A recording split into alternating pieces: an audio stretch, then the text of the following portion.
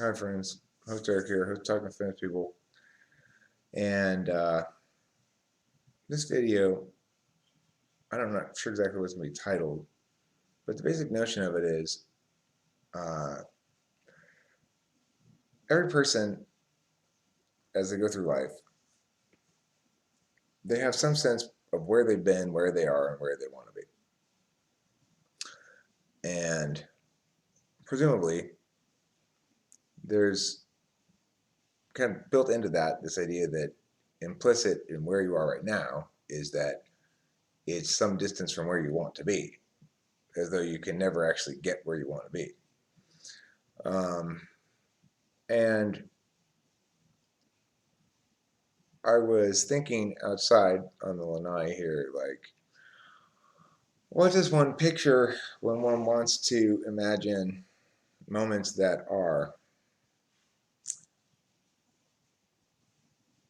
representative of being where one wants to be, presumably?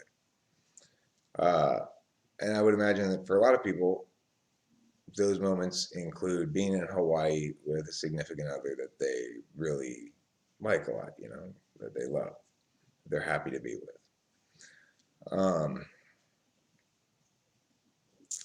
And then, of course, it also makes one think about how to measure attainment on an ontological level. Because normally, if you have a smaller frame, like a frame of your job, then attainment is usually pretty clearly defined for you. It's like you have to sell X many of whatever's. Um, in life in general, I guess the sort of the basic social mores underlying everything, or the social myth or idea that underlies everything, is that for people who spend a certain amount of time in their life working hard, then after that they'll be able to do what they want. The presumption being that they know what they want to do, and that it not be working hard, right? It's sort of underlying that notion. Um, but I come back to the idea that success in life, to be conceptualized, seems to paint into little vignettes of what you'd like the experience to be. Uh, for example, relaxing on a vacation, feeling, feeling, I guess, comfortable in things in general. Uh, but if one were to measure those things, when we talk about perfect moments existing, um, I suspect that almost all the time, as would be the case with me, that in such a perfect moment, one would be inclined to not notice it, which of course would inherently make it, I guess, not perfect, or perhaps would inherently be a prerequisite of being perfect, depending on how you look at it, right? Now, of course, what was I doing instead of really noticing or experiencing the moment? I was thinking about what it meant about how to measure attainment and one's ontology. And what, I was thinking about all the stuff that I'm talking about now in this video. So, was I actually experiencing any kind of perfect moment? No, I was abstracting away as I usually do about shit. But I felt in retrospect when I think about it, I was really experientially, positively in the moment last night for such time with Rachel, where it's just I was just sort of wallowing in the fi, and that's very gratifying too. But I don't think either Rachel or I stay in that place naturally for very long. We both get kind of weird about it. I guess you'd say fi makes me weird. Like you go, what are those sounds you're making, Eric? What's wrong with you? Do you have some sort of gastrointestinal problem? Um, yeah. So I mean, the thing is, we are who we are. For me, attainment is going to be. It's always going to feel like they're genuinely contented satisfied, fulfilled moments are moments that are either so intense that it steals away my capacity to detachedly abstract about it. Like, for example, I can think of a couple of instances like that where, uh, when my kid won a national championship of declamation, my first national champion ever, and they counted it down, like sixth place, and you keep hoping they don't say your name, right? Because if they don't say your name, then you're not third, you're better than that. If they don't say your name when you're for second, that's how you know you're first. You don't learn your first when they go, and in first place, your name. You learn your first when they go in second place, the other guy who's the other option, you know? Um, that was one of those moments where just, my heart was pounding out of my chest the whole time. And it was ultra intensely exciting and involving. So there was no abstracting away about it. It was just like, I've never wanted anything so bad in my life as I wanted to win this national championship. It was, I don't know. It was great. It was intense. I had an equivalent moment in waiting for and learning eventually the results from the quarterfinals at nationals when my team beat my former employer's team in quarterfinals in policy debate. That was great. uh, that was a really satisfying moment. It was just like,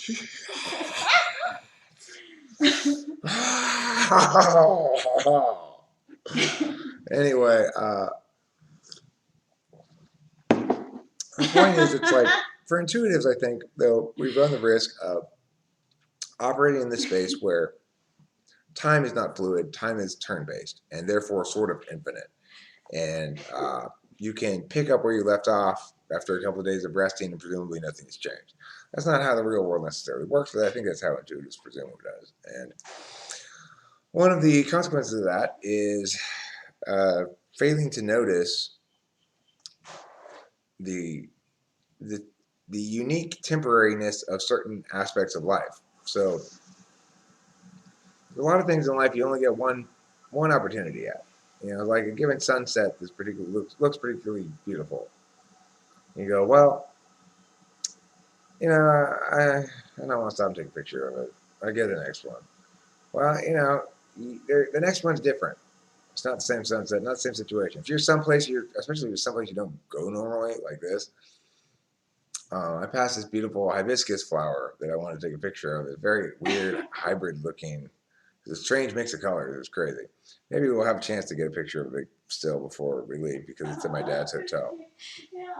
But my phone was dead, so I couldn't get a picture of it. If I don't get a picture of it before I leave, then, this will always be a story of that hibiscus flower I never got a picture of. No way! No, I remembered it. I was thinking about it.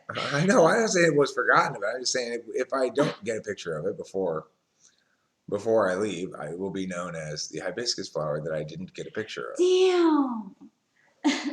Yeah. Yeah. Yeah, that's pretty important, Eric.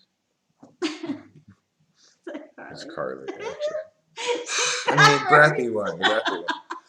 Yeah, it's really important, Eric. Something like that. Yeah. It still looks like it's kind of wrong, though, still. Right? There we go! That's it. That's good. Okay, so yes, Mindy's Club. We'll be doing some shoots here. We'll be doing a couple shoots.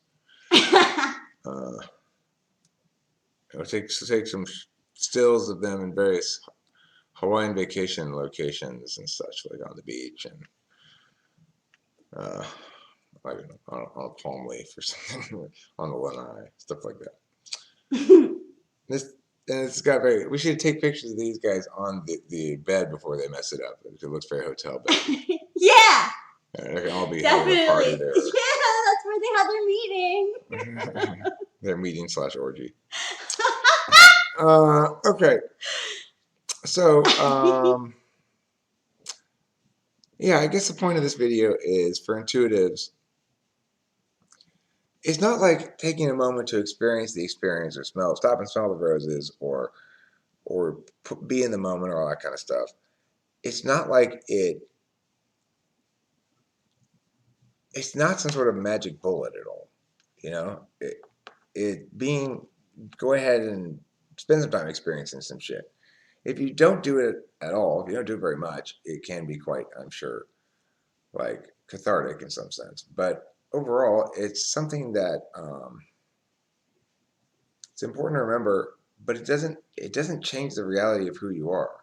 It's like I'll always be a fundamentally metaphysical type that while I'm having experiences, no matter how pleasant and enjoyable the whole thing is, that I'm thinking about shit like this, like this kind of stuff, like what it all means, or how that works as a video topic. How does our life experience, our precious, unique personal life experience, how does it work as a video though? It's something that I'm likely to think about. For some people, that's going to be a big problem. I don't think it really is a problem for you.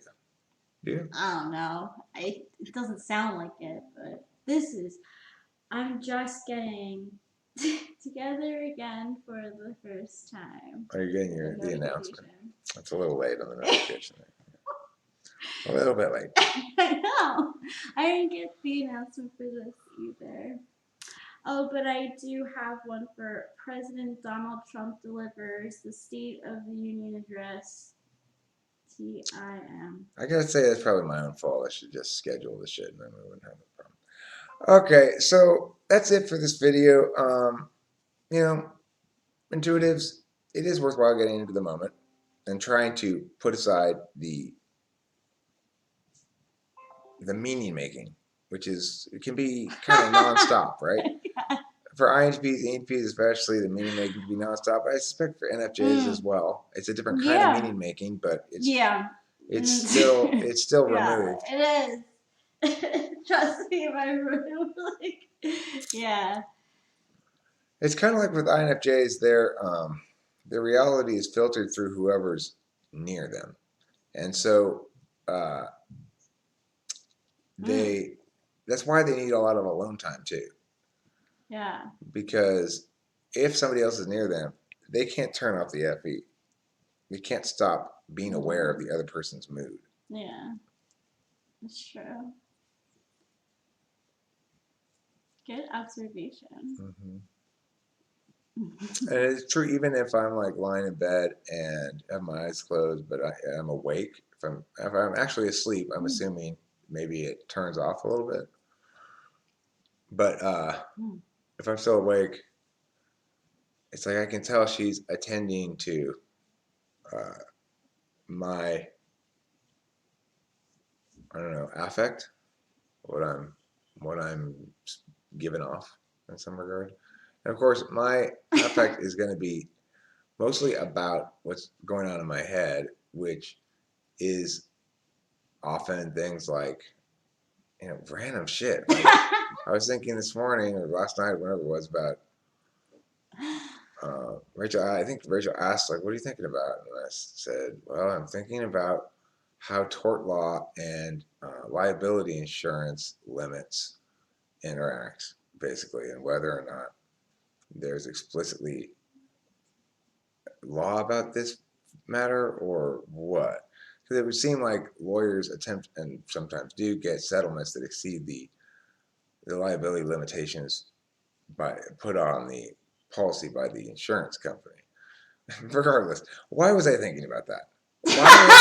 Why was I thinking about that? In Hawaii, I'm lying in bed, It's like, it's wonderful to be here. Why am I thinking about that? Well, the reason is because yesterday on the way to the airport, I heard a radio ad that was this guy saying, don't talk to the insurance company before you talk to a lawyer, because the insurance company will record your voice, and if you say anything wrong, they will use that to get you as little money as they possibly can. And you should talk to a lawyer first. And I don't know, something about the ad that was striking, and I remembered it, and then that prompted me on that train of like wondering, basically. Well, I wonder if yeah. So that's why I'm lying in bed in Hawaii, having this like ideal moment. And may have been, I think it was, may have been, it was either pre or post. I don't know.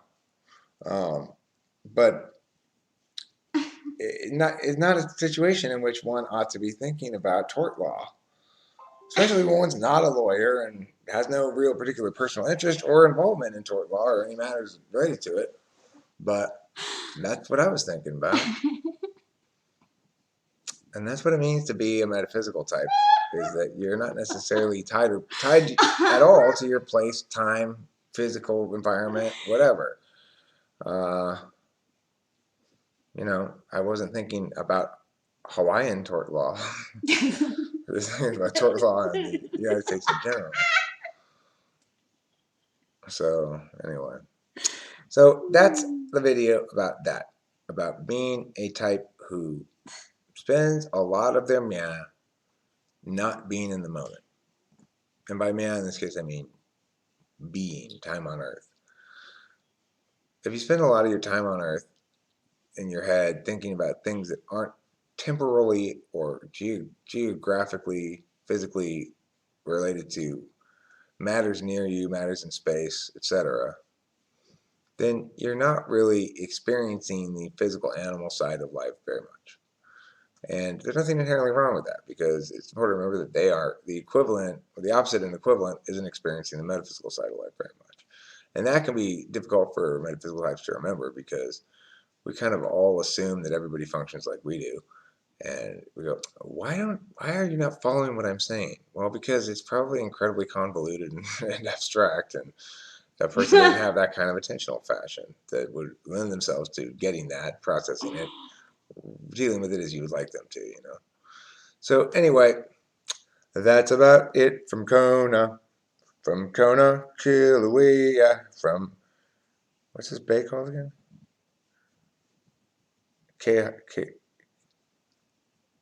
Keauhana, like Keauhana Bay, Keauhana Bay. I don't know. It's the bay next to Kona. So aloha. Don't forget to eat plenty of aloha.